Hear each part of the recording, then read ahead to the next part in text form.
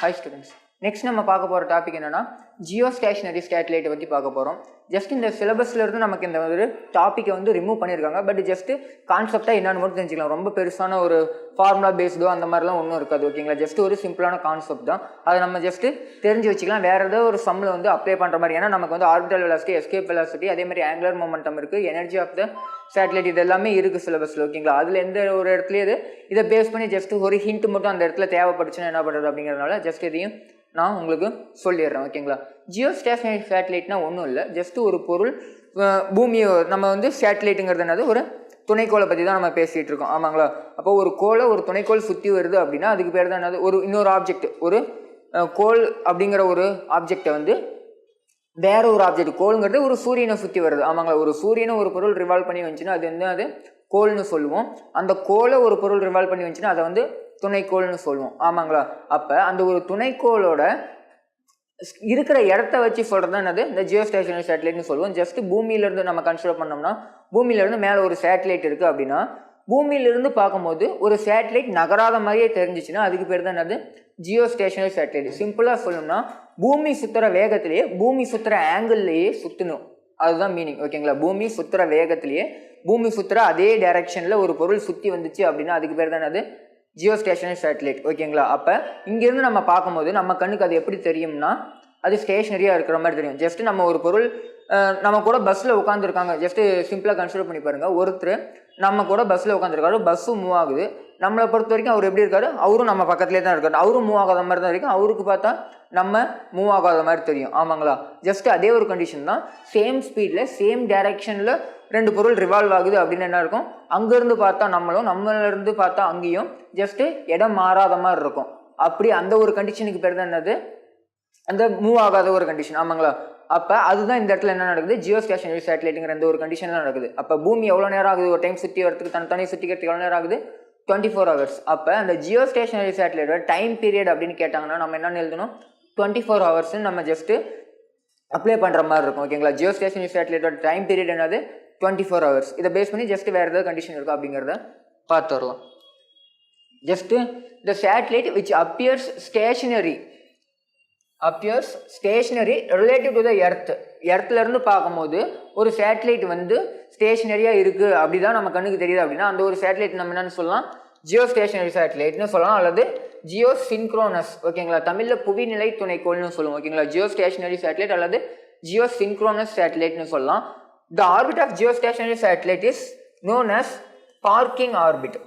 Note பண்ணிக்கங்க, அதாவது ஏன்னா அது வந்து நகராத மாதிரி தெரியுது இல்லைங்களா, அதனால தான் அந்த ஒரு நேம் அதுக்கு பார்க்கிங் ஆர்பிட். பார்க்கிங்னா ஒரே இடத்துல நிறுத்தி வச்சிருக்கிறது. ஆமாங்களா, அப்போ பார்க்கிங் ஆர்பிட், அந்த ஒரு ஆர்பிட்டை நம்ம என்னன்னு சொல்லலாம் பார்க்கிங் ஆர்பிட். ஏன்னா அந்த ஒரு ஆர்பிட்டை பொறுத்து தான் அந்த ஒரு வெலாசிட்டி இருக்கும். இப்போ தான் கொஞ்சம் லாஸ்ட் கிளாஸில் நம்ம பார்த்துருப்போம், அது எந்த ஆர்பிட்டில் சுற்றி வருதோ அந்த ஆர்பிட்டை பொறுத்து தான் என்ன இருக்கும், அந்த ஒரு பொருளோட வெலாசிட்டி இருக்கும். அது அந்த பொருளோட மாசை டிபெண்ட் பண்ணி இருக்காதுன்னு நம்ம பார்த்துருப்போம். ஆமாங்களா, அப்போ அதே மாதிரி பார்த்தோம்னா அந்த ஒரு ஆர்பிட் என்னன்னு சொல்லலாம் நம்ம இந்த இடத்துல பார்க்கிங் ஆர்பிட். அது வந்து நகராத மாதிரியே நம்ம கண்ணுக்கு தெரியும் அப்படிங்கிற மாதிரி சொல்லியிருக்காங்க. ஓகேங்களா, it sense the rotation should be that earths about. ஓகேங்களா, ஜஸ்ட் என்ன சொல்லியிருக்காங்கன்னா நம்ம எர்த்து எந்த ஆக்சிஸில் ரொட்டேட் ஆகுதோ அதே ஆக்சிஸில் அதுவும் ரொட்டேட் ஆகணும், மாற்றி ரொட்டேட் ஆகக்கூடாது. ஓகேங்களா, ஜஸ்ட் எர்த்து இப்படி இருக்குது அப்படின்னா அது ஒரு பர்டிகுலர் ஆக்சிஸில் இப்படி ரொட்டேட் ஆகுது அப்படின்னா அதே ஆக்சிஸில் தான் அது ரொட்டேட் ஆகணும், மாறி ரொட்டேட் ஆகக்கூடாது. அதே ஸ்பீட்லேயும் ஆங்குலர் வெலாசிட்டி, சிம்பிளாக சொல்லணும்னா ஆங்குலர் வெலாசிட்டி சேமாக இருக்கணும்.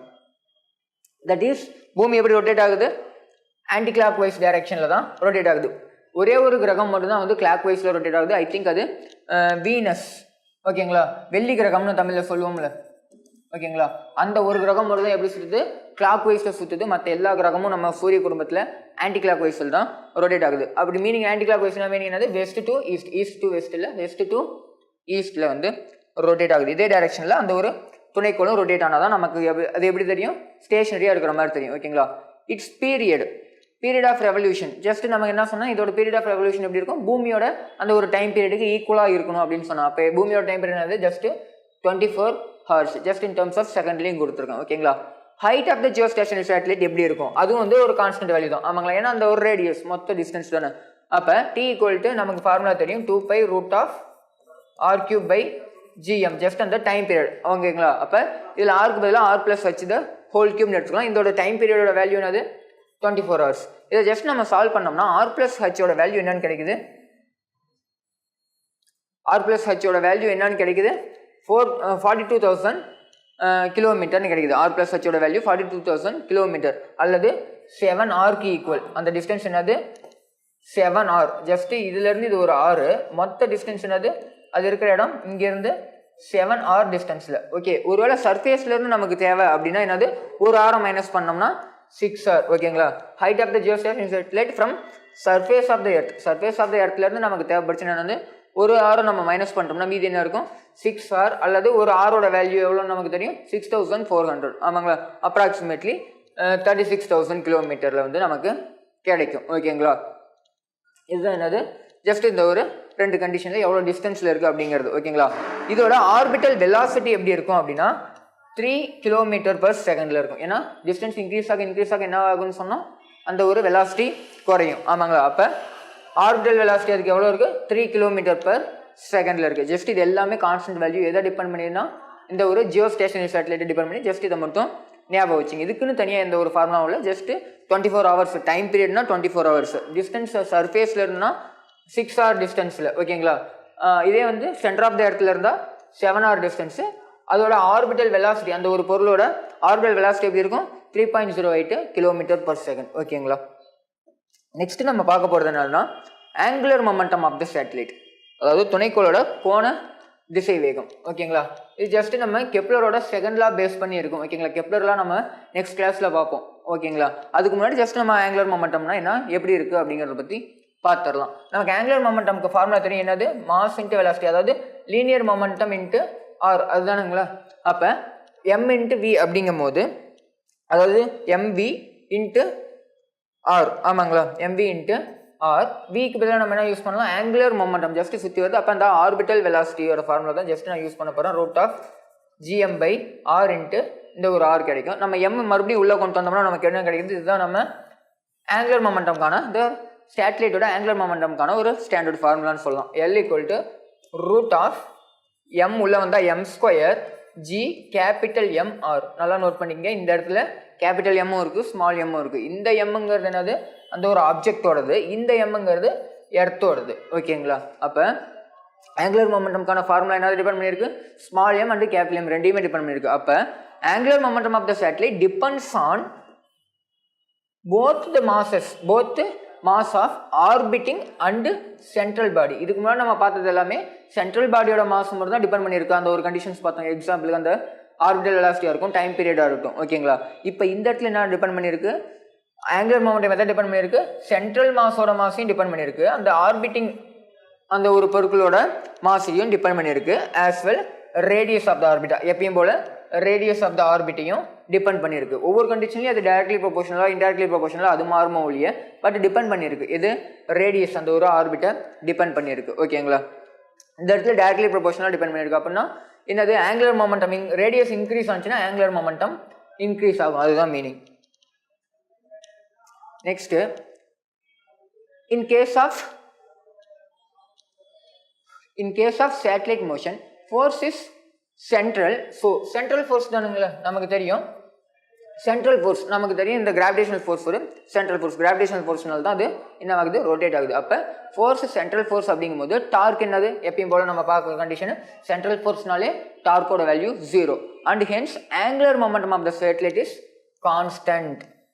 அப்போ கன்சர்வேஷன் இங்கே நடக்குது, ஆங்குலர் மொமெண்டம் வந்து கன்சர்வ் ஆகுது. ஓகேங்களா, ஆங்குலர் மொமெண்டம் கன்சர்வ் ஆகுது. டார்க் வந்து 0 அப்படின்னா angular momentum constant. Angular momentum கான்ஸ்டன்ட்னா மீனிங் என்னது இனிஷியல் அண்ட் ஃபைனல் பொசிஷன் நம்ம எப்போ ஒரு ரெண்டு கண்டிஷன் எடுத்து பார்த்தோம்னா ரெண்டும் சேமாக இருக்கணும். ஓகேங்களா, அப்போ ஆங்குலர் மொமெண்டம் கன்சர்வ் ஆகுது அப்படிங்கிற மாதிரி தான் மீனிங் வரும். That is L = angular momentum is constant in case of satellite motion. Areal வெலாசிட்டிங்கிறது ஒன்றும் இல்லை, ஜஸ்ட் ஒரு பர்டிகுலர் ஏரியாவை கிராஸ் பண்ணும்போது இருக்கிற அந்த ஒரு வெலாசிட்டி தான். ஒரு டைம் பீரியட் எடுத்துக்கணும். சிம்பிளாக சொல்லணும்னா இது கெப்லரோட செகண்ட் லாவில் வந்து எக்ஸ்பிளைன் பண்ணியிருப்பாங்க. எப்படின்னா ஜஸ்ட் ஒரு பர்டிகுலர் டைம் பீரியடில் ஒரு சேட்டலைட் ஒரு பர்டிகுலர் ஏரியாவை கவர் பண்ணுது அப்படின்னா வேற ஒரு டைம் பீரியட் எடுத்து பார்க்கும்போது அது சேம் அமௌண்ட் ஆஃப் ஏரியாவை தான் கவர் பண்ணியிருக்கோம். ஒரே ஒரு ஆர்பிட்டில் ஒரு ஸ்டாண்டர்டான ஒரு நீள்வட்ட பாதையில் சுற்றிட்டு வர ஒரு பொருள் எப்படி இருக்கும்னா ஜஸ்ட் அது கவர் பண்ணுற ஏரியா, எக்ஸாம்பிளுக்கு ஒரு 2 செகண்ட்ஸில் இந்த பக்கத்தில் இவ்வளோ ஏரியா கவர் பண்ணியிருக்கு அப்படின்னா ஏரியா. ஓகேங்களா, டிஸ்டன்ஸ் இல்லை ஏரியா. நெக்ஸ்ட் வேறு ஏதோ ஒரு 2 செகண்ட்ஸ் எடுத்து பார்க்கும்போது அது சேம் அமௌண்ட் ஆஃப் ஏரியாவை கவர் பண்ணியிருக்கும். ஓகேங்களா, அந்த ஒரு ஏரியாவோட மதிப்பு. ஓகேங்களா, அது டிஸ்டன்ஸ் குறிக்காது, ஒன்லி ஏரியாவை மட்டும் தான் குறிக்கும். அதுதான் வந்து கெப்லரோட செகண்டில். ஓகேங்களா, அதை பேஸ் பண்ணி இந்த இடத்துல சொல்லியிருப்பாங்க. ஏரியல் வெலாசிட்டிக்கான ஃபார்முலா ஜஸ்ட் dA/dt. ஏரியா வந்து டைமை பொறுத்து மாறுறது. ஓகேங்களா, just half r into vdt. ஓகேங்களா, half r into vdt divided by dt. இந்த ஏரியாவுக்கு வந்து இந்த இடத்துல ஆர்ங்கிறது ஜஸ்ட் ஏரியாங்கிறது 2 டைமென்ஷன் ஆஃப் என்னது ஒரு லென்த்தோட 2 டைமென்ஷன். ஒரு டைமென்ஷனு மீதி ஒரு டைமென்ஷனு v இன்ட்டு டிடின்னு எழுதிருக்காங்க. இந்த இடத்துல dt கேன்சல் ஆகிட்டு மீதி என்ன நமக்கு கிடைக்கும், ஹாஃப் ஆர் இன்ட்டு வின்னு கிடைக்கும். ஓகேங்களா, ஹாஃப் ஆர் இன்ட்டு வி.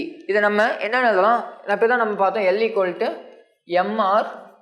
ஆமாங்களா, அப்போ ஆர்வி இருக்குது. அப்போ மாசால் மல்டிபிள் பண்ணால் நம்ம என்னென்னு கிடைக்கும், நமக்கு ஆங்குலர் மொமெண்டம் கிடைக்கும். அப்போ ஆங்குலர் மொமெண்டம் மேலேயும் மாசால் மல்டிபிள் பண்ணிட்டு கீழேயும் மாசால் மல்டிபிள் பண்ணிட்டோம்னா ரெண்டும் கேன்சல் பண்ணால் ரெண்டும் சேம் வேல்யூ தானே. அப்போ L/2mனு கிடைக்குது. என்னது, Ariel வெலாசிட்டியோட value L/2m.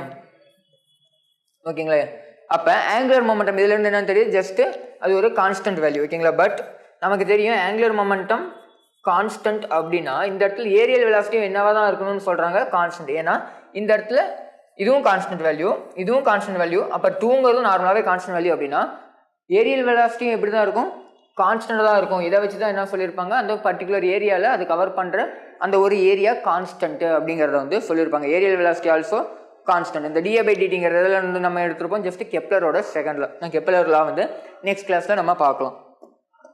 Next Kepler செகண்டில் என்ன சொல்லியிருக்கு, ஜஸ்ட்டு ஏரியல் வெலாசிட்டி பற்றி தான் சொல்லியிருக்கு. ஓகேங்களா, கெப்லரில் என்ன சொல்லியிருக்கு, கெப்லரோட செகண்டில் ஏரியல் வெலாசிட்டி தான் சொல்லியிருக்கு.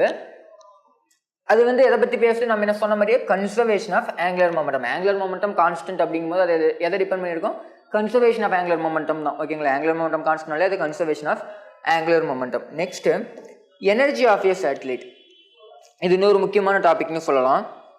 எனர்ஜி ஆஃப் எ சேட்டலைட், துணைக்கோளோட ஒரு அந்த ஆற்றல். ஓகேங்களா, when a satellite revolves around a planet in its orbit it possesses both potential and kinetic energy.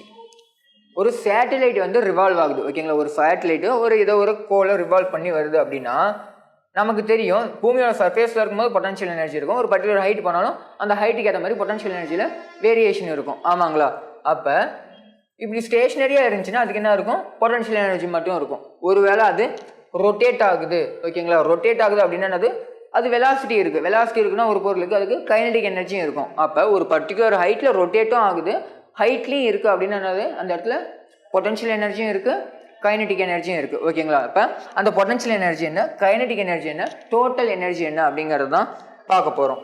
First potential energy. நமக்கு தெரியும் பொட்டன்ஷியல் எனர்ஜி என்னது, யூவோட ஃபார்முலா ஜஸ்ட் -gmm பை அந்த ஒரு டிஸ்டன்ஸ் ஆரோட வேல்யூ. ஆமாங்களா, இதுதான் வந்து அந்த எனர்ஜி ஆஃப் த சேட்டலைட்டுக்கான ஃபார்முலா. ஏன்னா அது ஒரு பர்டிகுலர் ஹைட்டில் இருக்கும்போது நமக்கு தெரியும் பொட்டன்ஷியல் எனர்ஜி இதே யூனிட்டில் நம்ம பார்த்துருப்போம் -gmm பை ஸ்மால். இதை வந்து நம்ம எப்படி மாற்றலாம், ஆங்குலர் மொமெண்டம் நமக்கு என்னன்னு தெரியும், இப்போ தான் நம்ம பார்த்துருக்கோம். ஓகேங்களா, ஆங்குலர் மொமெண்டம் L = m²gmr. ஆமாங்களா, இதுதான் நம்ம இப்போ பார்த்துருப்போம். அப்போ ஜஸ்ட் நம்ம ஸ்கொயர் பண்ணோம்னா எந்த மாதிரி கிடைக்கும், இந்த மாதிரி கிடைக்கும். ஓகேங்களா, அப்போ இதை நம்ம எப்படி மாற்றலாம், mr². ஜஸ்ட் இதை நம்ம டெரைவ் பண்ணோம்னா நமக்கு எப்படி கிடைக்கும், L²/m r² கிடைக்குது. ஓகேங்களா, இது இன்னொரு ஃபார்ம். ஓகேங்களா, பொட்டன்ஷியல் எனர்ஜி ஆஃப் அந்த ஒரு சேட்டலைட்டோட இன்னொரு ஃபார்ம். இதே கைனடிக் எனர்ஜிங்கும் போது நமக்கு என்ன ஃபார்முலா தெரியும், ஆஃப் mv² அல்லது ஆஃப் m இன்ட்டு விங்கிறது என்னது, ஆர்பிட்டல் வெலாசிட்டி. இது எந்த இடத்துல சுற்றி வருது, எவ்வளோ வேகத்தில் சுற்றி வருதுங்கிறது எதை டிபெண்ட் பண்ணி தான் இருக்கும், அந்த ஆர்பிட்டல் வெலாசிட்டி. அப்போ அந்த ஆர்பிட்டல் வெலாசிட்டிக்கான formula √gm/r the whole square. Square ரூட்டும் கேன்சல் ஆகிட்டு நமக்கு என்ன கிடைக்கும், m/gm/r. ஓகேங்களா, √gm/m/2r கிடைக்குது. ஓகேங்களா, அல்லது இதில் மாதிரி எழுதணும்னா இங்கே மைனஸ், இங்கே மைனஸ் இருக்கிறதுனால மைனஸ், இங்கே ப்ளஸ் இருக்கிறதுனால ஜஸ்ட் ப்ளஸ் /2 எக்ஸ்ட்ரா இருக்குது. ஜஸ்ட் இதே டேர்மில் 2 வந்து எக்ஸ்ட்ரா வந்துடும், அவ்வளோதான். ஓகேங்களா, ஜஸ்ட் இது கைனடிக் எனர்ஜியோட இன்னொரு டேர்ம். ஜஸ்ட் ஃபார்முலா இதுதான். ஓகேங்களா, கைனடிக் எனர்ஜிக்கான ஃபார்முலா இதுதான் நம்ம யூஸ் பண்ணுவோம். ஜஸ்ட் இன்னொரு டேர்மு அதை யூஸ் பண்ணிக்கலாம். Next total energy. டோட்டல் எனர்ஜிங்கிறது என்னது நமக்கு தெரியும், kinetic energy plus potential energy. Potential எனர்ஜியோட வேல்யூ என்னன்னு கிடைச்சது, -gmm/r. Kinetic energy +gmm/2r. நம்ம இதை ரெசிப்ரோக்கல் எடுக்கணும் அப்படின்னா ஜஸ்ட் இங்கே 2ஆல் மல்டிபிள் பண்ணுவோம். ஆமாங்களா, 2ஆல் மல்டிபிள் பண்ணால் இங்கேயும் 2r கிடைக்கும். ஆமாங்களா, அப்போ -2 + 1ங்கும் போது -1 gmm/2rன்னு நமக்கு கிடைக்கும். ஆமாங்களா? -gmm/2r அப்படிங்கிறது என்னது? Total energy. இதையும் நம்ம எழுதும் போது ஜஸ்ட் இதே ஃபார்முலா டிவைட் பை மைனஸ் இருக்கிறதுனால -2 நம்ம யூஸ் பண்ணிக்கலாம். ஓகேங்களா? இப்போ கைனடிக் எனர்ஜி, பொட்டன்ஷியல் எனர்ஜி, இந்த டோட்டல் எனர்ஜி மூணுத்துக்கும் வந்து நம்ம ரிலேஷன் எடுக்கணும். ஓகேங்களா? அந்த மூணோட ரிலேஷனை பேஸ் பண்ணி ஒரு கிராஃப் இருக்கும். இதுவும் வந்து ரொம்ப இம்பார்ட்டன்ட். அதுக்கு முன்னாடி கைனடிக் எனர்ஜி வந்து பொட்டன்ஷியல் எனர்ஜி வந்து டோட்டல் எனர்ஜி எதை டிபெண்ட் பண்ணி இருக்குன்னு சொல்கிறாங்க? Mass of the satellite and central body. இதுவும் வந்து இந்த எனர்ஜி எதை தான் டிபெண்ட் பண்ணிருக்குன்னு சொல்கிறாங்க? ரெண்டுத்தையுமே டிபெண்ட் பண்ணியிருக்கு. நம்ம பார்த்தா அந்த வெலாசிட்டியாக இருக்கட்டும் அல்லது டைம் பீரியடாக இருக்கட்டும், ஒன்லி மாஸ் ஆஃப் தான் அந்த அந்த ஒரு பொருளை மட்டும் தான். ஒரு பொருள் எப்படி இருக்குன்னா அந்த பொருளோட மாஸ் மட்டும் தான் டிபெண்ட் பண்ணியிருக்கு. சுற்றி வர அந்த பொருளோட மாஸை டிபெண்ட் பண்ணி இல்லை. ஆமாங்களா? ஆனால் energy of the satellite energy of the satellite எந்த எனர்ஜியாக வேணாலும் இருக்கட்டும், கைனடிக் எனர்ஜியாக இருக்கட்டும், பொட்டன்ஷியல் எனர்ஜியாக இருக்கட்டும் அல்லது டோட்டல் எனர்ஜியாக இருக்கட்டும், அது எதை டிபெண்ட் பண்ணியிருக்கு? இதோட மாசையும் டிபெண்ட் பண்ணியிருக்கு, இதோட மாசையும் டிபெண்ட் பண்ணியிருக்கு. ஓகேங்களா? அதே மாதிரி எப்பயும் போல் இந்த ரேடியஸையும் டிபெண்ட் பண்ணியிருக்கு. அப்போ எல்லா குவான்டிட்டியுமே என்ன தான் டிபெண்ட் பண்ணியிருக்கு? ரேடியஸை கன்ஃபார்ம் டிபெண்ட் பண்ணியிருக்கு. அப்போ ரேடியஸ் பொறுத்து அது இன்க்ரீஸ் ஆகுதா டிக்ரீஸ் ஆகுதாங்கிறத கொஷின் கேட்கலாம். ஓகேங்களா? நெக்ஸ்ட்டு ரிலேஷன் பிட்வீன் இந்த மூணுக்கும். ஓகேங்களா? மூணோட ஃபார்முலாவும் எழுதிடலாமா? ஜஸ்ட்டு டோட்டல் எனர்ஜி இங்கே இருக்குங்களா? அப்போ முதல்ல பொட்டன்ஷியல் எனர்ஜி எழுதுகிறோம் அப்படின்னா -gmm/r, kinetic energy equal to gmm/2r, total energy equal to என்ன வரும்? -gmm/2r. இதை வச்சு நம்ம ரிலேஷன் எழுதுகிறோம் அப்படின்னா கைனட்டிக் எனர்ஜியை வச்சு நான் முதல்ல எழுதுறேன். கைனட்டிக் எனர்ஜிக்கும் டோட்டல் எனர்ஜிக்கும் ரிலேஷன் எடுக்கிறேன். கைனட்டிக் எனர்ஜிக்கும் டோட்டல் எனர்ஜிக்கும். கைனட்டிக் எனர்ஜிக்கும் டோட்டல் எனர்ஜிக்கும் என்ன வித்தியாசம் இருக்குது? ரெண்டும் சேம் மேக்னிட்யூட் தான், அந்த வேல்யூ மட்டும் மைனஸில் இருக்குது. அப்போ kinetic energy equal to minus of total energy நம்ம எழுதலாமா?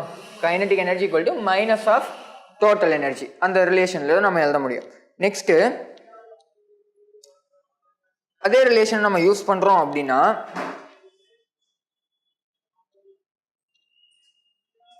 Potential energy. ஓகேங்களா? பொட்டன்ஷியல் எனர்ஜி என்ன இருக்கும் ஃபார்முலா? பொட்டன்ஷியல் எனர்ஜிக்கு இப்போ தான் பார்த்தோம் -gmm/r. ஆமாங்களா? Potential energy in terms of kinetic எனர்ஜிக்கு ஃபார்முலா என்னது? gmm/2r. இதில் இருந்து ரெண்டுத்துக்கும் நம்ம கம்பேர் பண்ணோம்னா எப்படி அதெல்லாம்? பொட்டன்ஷியல் எனர்ஜி ஈக்குவல் டு இந்த இடத்துல என்ன இருக்குது? நம்ம இது ரெண்டுத்தையும் கம்பேர் பண்ணி பார்த்தோம்னா எப்படி நமக்கு கிடைக்கும்? Potential energy by kinetic energy நம்ம போடுறோம். பொட்டன்ஷியல் எனர்ஜி பை கைனடிக் எனர்ஜின்னு போனால் என்னென்ன கேன்சல் ஆகிடும்? gmm இதுவும் கேன்சல் ஆகிடும், மைனஸ் இருக்கும், ஒரு ஆர் கேன்சல் ஆகிடும். ஆமாங்களா? அப்போ இங்கே என்ன இருக்கும்? -1/2ன்னு கிடைக்கும் potential energy by kinetic energy. நமக்கு என்ன வேணும்? கைனடிக் எனர்ஜி வேணும். ஆமாங்களா? அப்போ U equal to just 2 times of total energy. Sorry, நான் கைனடிக் எனர்ஜி வந்து பார்த்துட்ருக்கேன். நமக்கு இருக்கிறது என்னது? Total energy. டோட்டல் எனர்ஜிக்கான ஃபார்முலா என்னது? டோட்டல் எனர்ஜிக்கான ஃபார்முலா gmm/2r. ஆமாங்களா? Minus of gmm/2r. நம்ம இதை வச்சு நம்ம பார்க்கும்போது இப்போ நமக்கு என்ன கிடைக்கும்? 2 டைம்ஸ். ஆமாங்களா? இங்கே நல்லாவே பாருங்கள், இதோட வேல்யூ வந்து பொட்டன்ஷியல் எனர்ஜி U இருக்குது, டோட்டல் எனர்ஜி இருக்குது, அதோட ஜஸ்ட் நம்ம ரெசிப்ரோக்கல் டிவைட் பண்ணி பார்த்தோம்னா என்ன இருக்கும்? நமக்கு ரேஷியோவாக 2 இருக்கும். ஜஸ்ட் அதை கிராஸ் மல்டிபிள் பண்ணும்போது எப்படி நமக்கு கிடைக்கும்? 2 வந்து மேலே வந்துடும். அப்போ 2 டைம்ஸ் ஆஃப், ரெண்டுமே மைனஸ் டேர்ம்ஸ் தான், மைனஸ் மைனஸ் கேன்சல் ஆகிடும். அப்போ 2 டைம்ஸ் ஆஃப் டோட்டல் எனர்ஜி. இதே மாதிரி நம்ம பொட்டன்ஷியல் எனர்ஜிக்கும் கைனடிக் எனர்ஜிக்கும் எடுக்கும்போது 2 டைம்ஸ் ஆஃப் மைனஸ் சிம்பிள் கிடைக்கும், -2 டைம்ஸ் ஆஃப் கைனடிக் எனர்ஜின்னு கிடைக்கும். ஓகேங்களா? அப்போ இதிலிருந்து நம்ம என்ன எடுக்கலாம்னா, மூணுக்கும் ரிலேஷன் எடுக்கிறோம் அப்படின்னா, 3 டேர்ம்ஸ்க்கும் ரிலேஷன் எடுக்கிறோம் அப்படின்னா டோட்டல் எனர்ஜி நான் அப்படியே வச்சுக்கிறேன். டோட்டல் எனர்ஜி வச்சு நம்ம மற்ற மூணுக்கும் எழுதுறேன் அப்படின்னா டோட்டல் எனர்ஜி எப்படி இருக்குது? டோட்டல் எனர்ஜி எப்படி இருக்குன்னா, இது இந்த பக்கம் வந்துச்சுன்னா மைனஸ் இந்த பக்கம் வந்துடும். ஆமாங்களா? மைனஸ் இந்த பக்கம் வந்து பண்ணால் மைனஸ் ஆஃப் கைனடிக் எனர்ஜின்னு எழுதிக்கலாம்.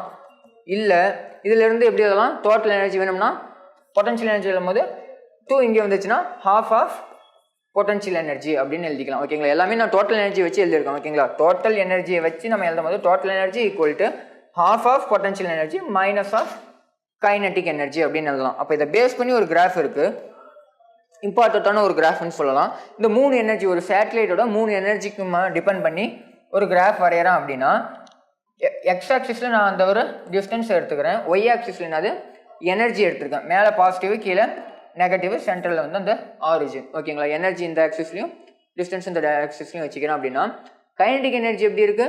ஜஸ்ட்டு நெகட்டிவில் இருக்குது. ஓகேங்களா, ஜஸ்ட்டு நெகட்டிவில் இருக்குது. இந்த இடத்துல வந்து எதனால் பாசிட்டிவில் வரைஞ்சிருக்கேன் அப்படின்னா அந்த வேல்யூஸ் வந்து அந்த ரேடியஸ்க்கு பொறுத்து ரேடியஸ் வந்து கீழே தான் இருக்குது. ஆமாங்களா, அப்போ ரேடியஸ் இன்க்ரீஸ் ஆக என்னவாகும் அப்படின்னா வேல்யூ குறையணும். ஆமாங்களா, ஃபார்முலாவை படி பார்த்தோம்னா மைனஸ், அதாவது ஏதோ ஒரு எனர்ஜி நம்ம கைனடிக் எனர்ஜியை எடுத்துக்கிறோம் அப்படின்னா minus of kinetic energy potential energy total energy potential energy equal to minus of gmm by r னு நமக்கு கிடைக்கும். ஆமாங்களா, இதுல இருந்து நம்ம பார்க்கும்போது பொட்டன்ஷியல் எனர்ஜி என்ன ஆகுது, ரேடியஸ் இன்க்ரீஸ் ஆக இன்டைரக்ட்லி ப்ரொபோர்ஷனலாக இருக்குது. அப்படின்னா ரேடியஸ் இன்க்ரீஸ் ஆக பொட்டன்ஷியல் எனர்ஜி என்ன ஆகணும், குறையணும். பட் நெகட்டிவ்ல இருக்கும்போது அதுக்கு மீனிங் என்னது, இன்க்ரீஸ் ஆகும். நெகட்டிவ்ல இருக்கிறதுனா அதுக்கு மீனிங் அது நெகட்டிவ்ல வேல்யூ குறைஞ்சிட்டு வருது அப்படிங்கிறது தான் மீனிங். அப்போ இன்க்ரீஸ் ஆகும். அதை வச்சு பார்க்கும்போது கைனடிக் எனர்ஜி வேல்யூ இங்கேனா அதுக்கு அப்படியே ஜஸ்ட் ஆப்போசிட் தான் என்னது, டோட்டல் எனர்ஜி. சைன் மட்டும் மாறி இருக்கும். டோட்டல் எனர்ஜியோட சைனும் நல்லா கவனிங்க, டோட்டல் எனர்ஜியோட சைனும் பொட்டன்ஷியல் எனர்ஜியோட சைனும் ஒன்று தான். பட் பொட்டன்ஷியல் எனர்ஜி என்னது அதை விட கொஞ்சம் டோட்டல் எனர்ஜியோட வேல்யூ கம்மியாக இருக்கும். அப்போ ஜஸ்ட்டு அதுக்கு கீழே ஒரு லைன். ஓகேங்களா, இதுதான் அதோட கிராஃபு. என்னது, எக்ஸ் ஆக்சிஸில் நம்ம அந்த டிஸ்டன்ஸ் எடுத்திருக்கோம், ஒய் ஆக்சிஸில் என்ன எடுத்திருக்கோம், எனர்ஜியே எடுத்திருக்கோம். ஓகேங்களா, எனர்ஜியை எடுத்திருக்கோம். ஒருவேளை அது சுற்றி வர அந்த ஒரு பொருளோட ஆர்பிட் எலிப்டிக்கலாக இருந்துச்சுன்னா, ஓகேங்களா, எலிப்டிக்கலாக இருந்துச்சுன்னா டோட்டல் எனர்ஜிக்கான ஃபார்முலா எப்படி இருக்கும், நம்ம இது வரைக்கும் பார்த்து சர்க்குலர் ஆர்பிட். ஒருவேளை எலிப்டிக்கல் ஆர்பிட்டில் அது ரிவால்வ் ஆகி வந்துருச்சுன்னா நம்ம ஜஸ்ட் ஒன்றும் இல்லை, அந்த ஆர்க்கு பதிலாக என்னென்னு எடுத்துக்குவோம், ஏன்னு எடுத்துக்குவோம். ஏங்கிறது ஒன்றும் இல்லை, அந்த ஒரு எலிப்டிக்கல் ஆர்பிட்டோட ஜஸ்ட் இதுதான் ஒரு எலிப்டிக்கல் பாத் அப்படின்னா இதை வந்து மேஜர் ஆக்சிஸ்னு சொல்லுவோம். ஏன்னா இது வந்து சர்க்குலர் பார்த்தோன்னா எல்லா இடத்துலையுமே ரேடியஸ் சேமாக இருக்கும். ஆமாங்களா, எலிப்டிக்கல் ஆர்பிட்டுக்கும் போது ஒரு ரேடியஸ் அதிகமாக இருக்கும், ஒரு ரேடியஸ் கம்மியாக இருக்கும். அதிகமாக இருக்க ரேடியஸை வந்து ஏன்னு எடுப்போம், இதை வந்து பின்னு எடுப்போம். ஏங்கிறது ஒன்றும் இல்லை, செமி மேஜர் ஆக்சிஸ், மேஜர் ஆக்சிஸோட அந்த ரேடியஸ். ஓகேங்களா, இது மொத்தம் மேஜர் ஆக்சிஸ்னு சொல்லுவோம், இதை மைனர் ஆக்சிஸ்னு சொல்லுவோம். ஓகேங்களா, மேஜர் ஆக்சிஸோட அந்த ஒரு மொத்த டிஸ்டன்ஸை 2a சொல்லுவோம். அப்போ மொத்தமாக 2a போது இது ஒரு ஏ, இது ஒரு ஏ. அப்போ அந்த ஏங்கிறதும் அந்த ஒரு பாயிண்ட்டை மட்டும், ஏன்னா ரேடியஸ் தான் நம்ம சென்டரில் இருந்து அந்த ஒரு ரேடியஸ் தான் நம்ம எடுப்போம். ஓகேங்களா, அப்போ டிவைட் பை ஏன்னு எடுத்துக்குவோம். ஓகேங்களா, அதோட value just equal to constant தான். Kinetic energy will be maximum when the satellite is closest to the central body. நல்லா நோட் பண்ணுங்க, when கைனடிக் எனர்ஜி எப்போ மேக்ஸிமமாக இருக்கும், அந்த சென்ட்ரல் பாடிக்கு பக்கத்தில் இருக்கும்போது. இது நமக்கு நிறைய கண்டிஷன் யூஸ் பண்ணி நம்ம இதை சொல்லலாம். எப்படின்னா ஜஸ்ட் நம்ம ஆர்பிட்டல் வெலாசிட்டி கண்டிஷன் எடுத்து பார்த்தாலே இந்த இடத்துல இருக்கும்போது என்ன ஆகும், வெலாசிட்டி அதிகமாக இருக்கும், போக போக போக வெலாசிட்டி குறையும். அப்போ எந்த இடத்துல வெலாசிட்டி அதிகமாக இருக்கும் அந்த இடத்துல தான் என்ன இருக்கும், கைனடிக் எனர்ஜி அதிகமாக இருக்கும். அதை வச்சு நம்ம சொல்லிடலாம் சென்ட்ரல் பாடிக்கு பக்கத்தில் இருக்க அந்த ஒரு பொருளோட கைனடிக் எனர்ஜி தான் என்னது அதிகமாக இருக்கும். அதே மாதிரி மினிமமாக எப்போ இருக்கும், தூரமாக போக போக மினிமமாக இருக்கும். என்னது, kinetic energy. But potential energy என்னது, ஜஸ்ட் இதுக்கு அப்படியே ஆப்போசிட். கைனடிக் எனர்ஜி அதிகமாக இருக்குன்னா பொட்டன்ஷியல் எனர்ஜி டிஸ்டன்ஸை வந்து டைரக்ட்லி ப்ரொபோஷனலாக டிபெண்ட் பண்ணியிருக்கும். ஓகேங்களா, அப்போ அதுவும் டைரக்ட்லி ப்ரொபோஷன் தான், பட் நெகட்டிவ். டைரக்ட்லி ப்ரொபோஷனலாக இருக்காது, இன்டைரக்ட்லி ப்ரொபோஷனல் தான், பட் நெகட்டிவ்ல வேல்யூ இருக்கும். ஓகேங்களா, அப்போ potential energy will B minimum when the kinetic energy maximum. Kinetic energy எங்கேயாவது மேக்ஸிமம் இருந்துச்சுன்னா அந்த இடத்துல பொட்டன்ஷியல் என்னவாக இருக்கும், மினிமமாக இருக்கும். அப்போ satellite is closest to the central body. Just satellite க்ளோஸாக இருக்கும் போது பொட்டன்ஷியல் எனர்ஜி மினிமமாக இருக்கும், கைனடிக் எனர்ஜி மேக்ஸிமமாக இருக்கும். இதே தூரம் போயிடுச்சுன்னா பொட்டன்ஷியல் எனர்ஜி மேக்ஸிமமாக இருக்கும், கைனடிக் எனர்ஜி மினிமமாக இருக்கும். ஏன்னா பொறுமையாக சுற்றும், நமக்கு தெரியும். ஆமாங்களா, பட் டிஸ்டன்ஸு அதிகமாக இருக்குது, அது ஜஸ்ட் மைனஸ் வேல்யூ. டிஸ்டன்ஸ் அதிகமாக இருக்கிறதுனால வேல்யூ குறையணும், பட் இந்த இடத்துல மைனஸ் வேல்யூ இருக்கிறதுனால வேல்யூ மைனஸில் குறையும். நம்ம ஏற்கனவே நமக்கு தெரியும் -10 பெருசா -2 பெருசானா -2 தான் பெருசு. அப்போ வேல்யூ இன்க்ரீஸ் ஆகுதுன்னு தான் நமக்கு மீனிங். ஓகேங்களா, அதனால இன்க்ரீஸ் ஆகுது. ஜஸ்ட் அதே தான். நெக்ஸ்ட் வந்து potential energy will be maximum. எப்போ மேக்ஸிமமாக இருக்கும், கைனடிக் எனர்ஜி மினிமமாக இருக்கும்போது. எப்போ, ஃபர்தஸ்ட் தூரமாக இருக்கும்போது, சென்ட்ரல் பாடியிலேருந்து அந்த ஒரு பொருள் தூரமாக இருக்கும்போது. Next concept binding energy. ஓகேங்களா, நெக்ஸ்ட் கான்செப்ட் என்னதுன்னா பைண்டிங் எனர்ஜி. ஜஸ்ட் வந்து பைண்டிங்னா என்னது, ஜஸ்ட் தன்னோட ஒன்றா சேர்த்தி வச்சிருக்கிறது, வெளியில் விடாமல் தடுக்கிறது, அதுதானே பைண்டிங்கிறதுக்கு மீனிங். ஓகேங்களா, அப்போ the total energy of the satellite in its orbit is negative. ஆமாங்களா, டோட்டல் எனர்ஜி நம்ம என்னென்னு பார்த்தோம், நெகட்டிவ்ல தான் வேல்யூ வந்துச்சு. Total energy of the satellite என்னது -gmm/2r நமக்கு கிடைச்சிது. ஆமாங்களா, அப்போ டோட்டல் எனர்ஜி வந்து நெகட்டிவ்ல இருக்குது அப்படிங்கிறது சொல்லியிருக்காங்க.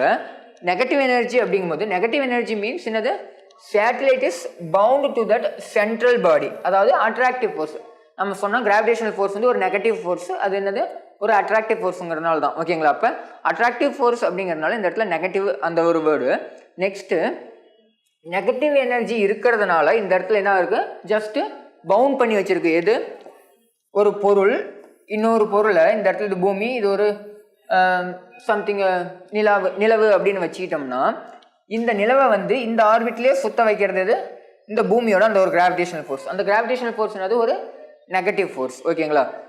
அப்போ அந்த ஒரு எனர்ஜி வந்து நெகட்டிவ் எனர்ஜி, அதுக்கு அப்படியே ஆப்போசிட்டான ஒரு பாசிட்டிவ் எனர்ஜி கொடுத்தா அது என்னவாகும், ஜஸ்ட் அதோட ஆர்பிட்லேருந்து வெளியில் போயிடும். ஆமாங்களா? பூமியோட கிராவிடேஷனல் ஃபோர்ஸை விட்டு வெளியில் போயிடும். அந்த கண்டிஷன் தான் இப்போ பார்க்க போகிறோம்.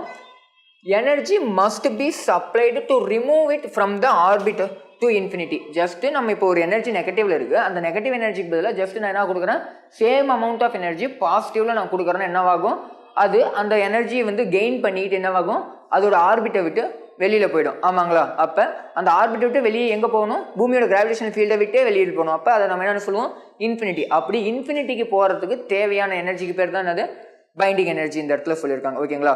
ஒரு ரிவால்வ் ஆகிட்டு இருக்க அந்த ஆர்பிட்டோட டோட்டல் எனர்ஜிக்கு நம்ம அதுக்கு அப்படியே ஆப்போசிட்டான எனர்ஜியை கொடுக்கும் போது என்னவாகும், அது அந்த எனர்ஜியை கெயின் பண்ணிட்டு இன்ஃபினிட்டிக்கு போகும். ஓகேங்களா? அப்போ அந்த இன்ஃபினிட்டிக்கு போகிற அந்த ஒரு தேவையான எனர்ஜி தான் என்னது, பைண்டிங் எனர்ஜின்னு சொல்லியிருக்காங்க. Energy required to remove the satellite from its orbit to infinity. சிம்பிளாக சொல்லணும்னா energy required to remove the satellite from its orbit to infinity is called binding energy. ஓகேங்களா? அதோட ஆர்பிட்லேருந்து இன்ஃபினிட்டிக்கு அந்த ஒரு சேட்டலைட்டை கொண்டு போகணும், அதுக்கு தேவையான எனர்ஜி தான் என்னது, பைண்டிங் எனர்ஜி. அப்போ பைண்டிங் எனர்ஜிங்கும் போது என்னது, நான் என்னன்னு சொன்னால் அதுக்கு அப்படியே ஆப்போசிட்டாக கொடுக்கணும். டோட்டல் எனர்ஜி நெகட்டிவ் இருக்குது, அப்போ பைண்டிங் எனர்ஜிங்கிறது நெகட்டிவ் ஆஃப் அந்த டோட்டல் எனர்ஜி. வேல்யூ நெகட்டிவ்ல இருக்குது, அதுக்கு நான் மறுபடியும் இன்னொரு வேல்யூ ஜஸ்ட் நெகட்டிவ், பாசிட்டிவ் நெகட்டிவ்ங்கிறது இந்த இடத்துல வேல்யூவை மென்ஷன் பண்ணல, ஜஸ்ட் அதுக்கு அப்படியே ஆப்போசிட். ஓகேங்களா? ஒருவேளை டோட்டல் எனர்ஜி பாசிட்டிவாக இருந்துச்சுன்னா நம்ம நெகட்டிவ்ல கொடுக்கணும், ஒருவேளை டோட்டல் எனர்ஜி நெகட்டிவாக இருந்தால் நம்ம பாசிட்டிவ்ல கொடுக்கணும். அதுதான் மீனிங். ஓகேங்களா? அப்போ இந்த இடத்துல பைண்டிங் எனர்ஜிங்கிறது என்னது, just negative of total energy. ஓகேங்களா? அப்போ டோட்டல் எனர்ஜியோட வேல்யூ என்னது, மைனஸ் GMM/R. அப்போ நெகட்டிவ் ஆஃப் மைனஸ் GMM/R என்னவாகும், சாரி 2Rன்னு வரும். அப்போ GMM/2R நமக்கு கிடைக்கும், ப்ளஸ் ஆகிடும். மைனஸ் இன்ட்டு மைனஸ் ப்ளஸ் ஆகிடும். ஓகேங்களா? Next change in the orbit of the satellite. Just இது ஒரு கண்டிஷன் என்னன்னா, ஒரு பொருள் ஒரு ஆர்பிட்டில் ரிவால்வ் ஆகிட்டு இருக்கு. ஓகேங்களா? ஒரு எக்ஸாம்பிளுக்கு நம்ம பூமியை வந்து நிலவு வந்து ஒரு பர்டிகுலர் ஆர்பிட்டில் ரிவால்வ் பண்ணிட்டு இருக்கு, அது அந்த ஆர்பிட்லேருந்து வேற ஒரு ஆர்பிட்டுக்கு ஷிஃப்ட் ஆயிடுச்சு. ஓகேங்களா? அதோட ஹையர் ஆர்பிட்டுக்கு. ஓகேங்களா? ஃபர்ஸ்ட் இருக்க ஆர்பிட் வந்து R1, இது எர்த்து, இது நிலா அப்படின்னு வச்சுக்கிட்டோம்னா, ஃபர்ஸ்ட் இங்கே இருக்க அந்த ஒரு ஆர்பிட்டோட இது வந்து R1. நெக்ஸ்ட் இது எங்கே ஷிஃப்ட் ஆகுதுன்னா இந்த இடத்துக்கு ஷிஃப்ட் ஆகுது. ஓகேங்களா? இந்த இடத்துக்கு ஷிஃப்ட் ஆகுது அப்படின்னா இந்த டிஸ்டன்ஸ் என்னென்னு எடுத்துக்கலாம், R2 அப்படின்னு எடுத்துக்கிட்டோம்னா, இப்படி நகரும் போது எந்தெந்த வேல்யூ இன்க்ரீஸ் ஆகும், எந்தெந்த வேல்யூ டிக்ரீஸ் ஆகும் அப்படிங்கிறது வந்து ஜஸ்ட் ஒரு டேபிள் மாதிரி நான் கொடுத்துருக்கேன். ஓகேங்களா? ஜஸ்ட் அதோட அந்த ரேடியஸோட ரிலேஷன் வச்சு, ரிலேஷன் வித் அந்த டிஸ்டன்ஸ், அந்த radius of the circular orbit அல்லது distance between the two masses, இதை வச்சு நான் கொடுத்துருக்கேன். எப்படி இருக்குது அப்படிங்கிறத பார்க்கலாம். முதல்ல வந்து குவான்டிட்டி 3 தான் பிரிச்சிருக்கேன்.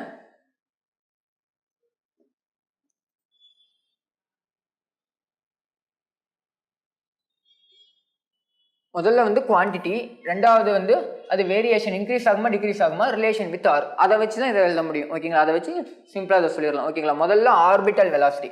ஆர்பிட்டல் வெலாசிட்டிக்கான ஃபார்முலா என்னது, √(GM/R). ஆமாங்களா? அப்போ அந்த ஆர்பிட்டல் வெலாசிட்டி √2GM/R நினைக்கிறேன் சம்திங். அப்போ அந்த 2GM இதெல்லாமே வந்து கான்ஸ்டன்ட் வேல்யூஸ். எதை மட்டும் தான் டிபெண்ட் பண்ணியிருக்கு, R. ஏன்னா பூமியை வச்சு நம்ம பார்க்கும்போது Gயும் வந்து கான்ஸ்டன்ட் தான், Mமும் வந்து கான்ஸ்டன்ட் தான், மாஸ் ஆஃப் த எர்த்தும் கான்ஸ்டன்ட் தான். எதை மட்டும் தான் டிபெண்ட் பண்ணியிருக்கு, இந்த R மட்டும் டிபெண்ட் பண்ணியிருக்கு. அது எப்படி இருக்குன்னா ரூட்டுக்குள்ளே இன்டைரக்ட்லி ப்ரொபோர்ஷனலாக இருக்குது. அப்போ மீனிங் என்னது, இது இன்க்ரீஸ் ஆச்சுன்னா இது டிக்ரீஸ் ஆகும். ஆமாங்களா? அப்போ நம்ம இந்த இடத்துல என்ன பண்ணியிருக்கோம், R இன்க்ரீஸ் தான் பண்ணியிருக்கோம், R இன்க்ரீஸ் பண்ணியிருக்கோம். அப்போ இந்த R இன்க்ரீஸ் பண்ணும்போது இந்த இடத்துல ஆர்பிட்டல் வெலாசிட்டி என்ன தான் ஆகும், டிக்ரீஸ் ஆகும். Next time period. Time period நமக்கு தெரியும், நம்ம T² directly proportional to R3. அப்போ T directly proportional to R⁻3/2. இதுவும் டைரக்ட்லி ப்ரொபோர்ஷனலாக இருக்குது. அப்போ டைம் பீரியட் என்னவாகும், டைரக்ட்லி ப்ரொபோர்ஷனலாக இருக்குன்னா இது இன்க்ரீஸ் ஆனால் இதுவும் இன்க்ரீஸ் ஆகும். ஏன்னா நம்ம இந்த இடத்துல R இன்க்ரீஸ் பண்ணியிருக்கோம், அதனால இன்க்ரீஸ் ஆகும். Next linear momentum. Linear momentum எப்படி டிபெண்ட் பண்ணியிருக்குன்னா, ஜஸ்ட் நம்ம ஃபார்முலா இதுக்கு தனியாக பார்க்கல, ஜஸ்ட் ரூட் ஆஃப் அதோட எப்படி டிபெண்ட் பண்ணியிருக்குன்னா, ஜஸ்ட் அதுவும் இன்டைரக்ட்லி தான் டிபெண்ட் பண்ணியிருக்கும். ஓகேங்களா, இன்டைரக்ட்லி ப்ரொபோஷனலாக தான் டிபெண்ட் பண்ணியிருக்கும். அப்போ என்ன ஆகும், டிக்ரீஸ் ஆகும். மறுபடியும் ஆங்குலர் மொமெண்டம் பார்த்தோம், அது ரூட் ஆஃப் 2m ஆர்வின்னு இருக்கும். ஓகேங்களா, ஜஸ்ட் அந்த ஒரு ஃபார்முலா. அந்த ஃபார்முலாவில் பார்க்கும்போதும் ரூட்டுக்குள்ளே ஆர் இருக்கும், பட் டைரக்ட்லி ப்ரொபோஷனலாக தான் இருக்கும். அப்போ அதுவும் என்ன தான் இருக்கும், டைரக்ட்லி ப்ரொபோஷனல் தான் இன்க்ரீஸ். மறுபடியும் என்னது, கைனடிக் எனர்ஜி என்னது, ஜஸ்ட் இன்டைரக்ட்லி ப்ரொபோஷனல், அப்போ டிக்ரீஸ். கைனடிக் எனர்ஜிக்கான ஃபார்முலா என்னது, gmm/r. அவ்வளோதான், பாசிட்டிவ்ல தான் வேல்யூ இருக்குது. அப்போ எந்த ஒரு பிரச்சனையும் இல்லை. பட் நெக்ஸ்ட் நம்ம ஏற்கனவே நான் சொன்ன மாதிரி potential energy, total energy and binding energy. Potential எனர்ஜிக்கான ஃபார்முலா என்ன இருக்கும், -gmm/r. ஆமாங்களா, -gmm/r.